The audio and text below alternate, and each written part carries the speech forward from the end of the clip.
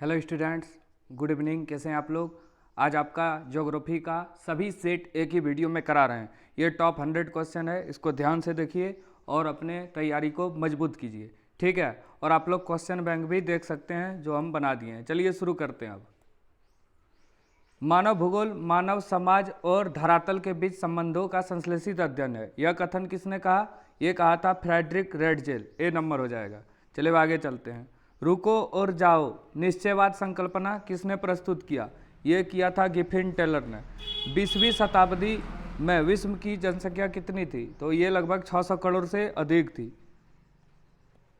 निम्न में से मानव विकास सूचकांक का निर्माण किसने किया? मानव विकास सूचकांक जो है इसका निर्माण सबसे पहले किसने किया? डॉक्टर महमूद अल हक, पाकिस्तानी अर्थशास्त्री था। मानव विकास के मुख्य उपागम में किसे सम्मिलित नहीं किया गया है? नहीं किया गया है पूछा है। उत्पादकता उपागम, आय, कल्याण, न्यूनतम आवश्यक उपागम। डी नंबर आंसर हो जाएगा आपका। 6 नंबर, जंग का कटोरा किसे कहा गया है? जंग मतलब लोहा, और इसको पिट्सबर्ग, भारत का पिट्सबर्ग है जमशेदपुर, जो कि टाटा है। आयात निर्यात के बीच मूल्य में अंतर को क्या कहते हैं? तो इसको कहा जाता है व्यापार संतुलन। ये ज्योग्राफी है, लेकिन इसमें थोड़ा इकोनॉमिक्स का टॉपिक भी ऐड किया गया है। हिमाच्छादित क्षेत्र में स्लेज गाड़ी को खींचने के लिए किस पशु का प्रयोग किया जाता है? जहाँ भारी बर्फबारी होती है तो वो होता है कुत्ता एवं रेंडियर। इनमें से कौन सा देश सार्क में शामिल नहीं है? नहीं पूछा गया है। सार्क में शामिल कौन सा देश नहीं है?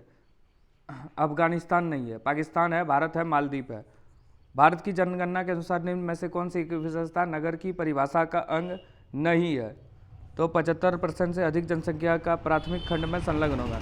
नगर में नहीं, गांव में 75% जनसंख्या जो है प्राथमिक क्रियाकलाप में सम्मिलित है। जमशेदपुर किस प्रकार का नगर है?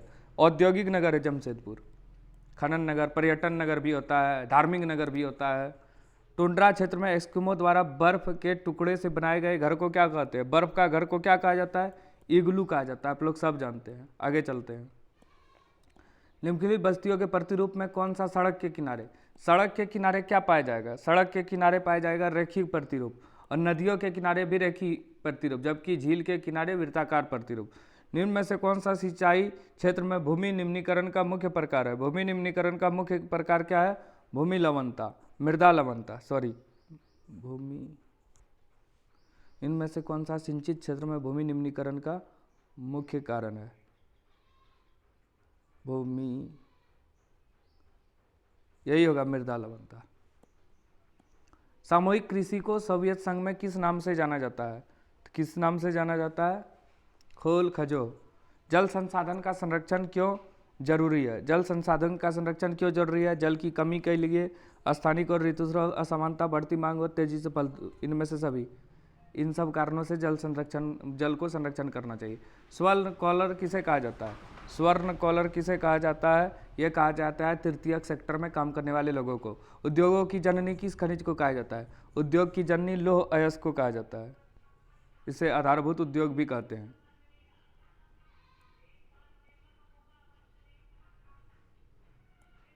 आधारभूत उद्योग। 18 नंबर में कोयला भी हो सकता है उद्योग की जननी में। निम्न में से किस स्थान पर पहला परमाणु ऊर्जा स्टेशन स्थापित किया गया था? यह किया गया था कहाँ पे? तारापुर, जो कि महाराष्ट्र में है। महाराष्ट्र में है, मुंबई। जल संभर विकास और प्रबंधन द्वारा चलाई जाने वाली कार्यक्रम नीरू मिरू का संबंध किस राज्य से है? तो नीरू मिरू का संबंध किस राज्य से है? आंध्र प्रदेश से है। स्वेज नहर किन दो सागरों को जोड़ती है? स्वेज नहर भूमध्य सागर और लाल सागर को जोड़ता है। भूमध्य सागर और लाल सागर को। निम्न में से कौन सा घास स्थल ऑस्ट्रेलिया में स्थित है? ऑस्ट्रेलिया में जो घास स्थल है उसे क्या कहा जाता है? डाउन्स। डाउन्स। प्रतिकर्ष और अपकर्ष कारक उत्तरदायी है। प्रतिकर्ष और अपकर्ष कारक उत्तरदायी है प्रवास के लिए। 2011 की जनगणना के अनुसार भारत की कुल जनसंख्या कितनी है? 121 करोड़। 121 करोड़ 2011 के अनुसार। डायमंड हार्बर किस नदी के किनारे है? हुगली। चलिए अब अगला सेट पे चलते हैं, क्योंकि आपका 25 क्वेश्चन ही एक सेट में पूछा जाएगा इस बार। कल आएगा आपका प्रोजेक्ट उड़ान 5-6 सेट, उसको सब देख लीजिएगा। संभववाद की अवधारणा ये किस में आता है? ये मानवीय घटक में आता है। मेगानगर की संख्या कितनी है? मेगानगर 50 लाख से अधिक जनसंख्या वाले क्षेत्र को कहा जाता है। विश्व में सर्वाधिक जनसंख्या केंद्रित है। विश्व में सबसे अधिक जनसंख्या मैदानी क्षेत्र में केंद्रित है। भारतीय जनगणना इतिहास में किस वर्ष को ग्रेट डिवाइड ईयर कब कहा गया? चलिए ऑप्शन देखते हैं। 1921 को कहा गया।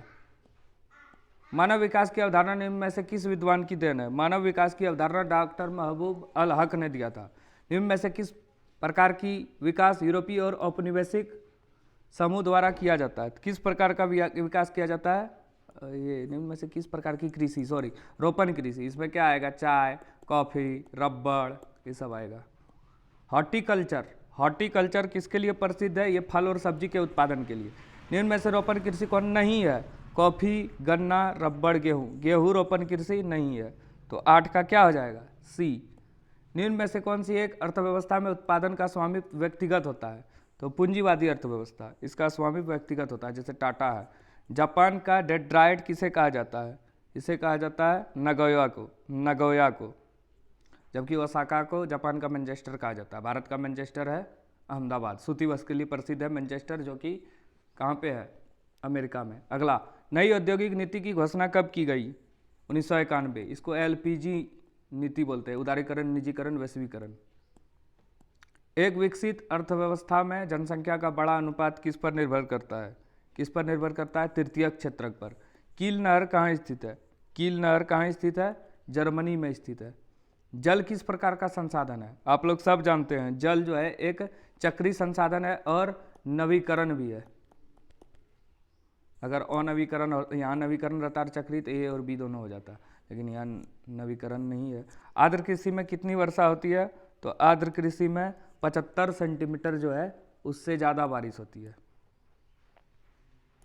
अंकलेश्वर खनिज तेल क्षेत्र कहाँ स्थित है? अंकलेश्वर खनिज क्षेत्र गुजरात में स्थित है। विश्व का सबसे व्यस्त समुद्री मार्ग कौन सा है? विश्व का सबसे व्यस्त समुद्री मार्ग कौन है? उत्तरी अटलांटिक महासागर।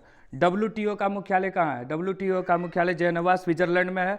इसकी स्थापना 1995 में किया गया था, वर्ल्ड ट्रेड ऑर्गेनाइजेशन। कोची जो है ये भारत में ही है, तो कहाँ पे है? ये केरल में है। पतन मतलब जहाँ पानी का जहाज आता जाता है। चलिए आगे। किस पंचवर्षीय योजना में समाजवादी समाज की स्थापना का प्रतिरूप प्रस्तुत किया गया? तो कौन सी योजना होगा ये? द्वितीय पंचवर्षीय योजना। इनमें से कौन भू उपयोग संवर्ग नहीं है? भू उपयोग संवर्ग कौन नहीं है? सीमांत भूमि। जल संसाधनों का संरक्षण क्यों जरूरी है?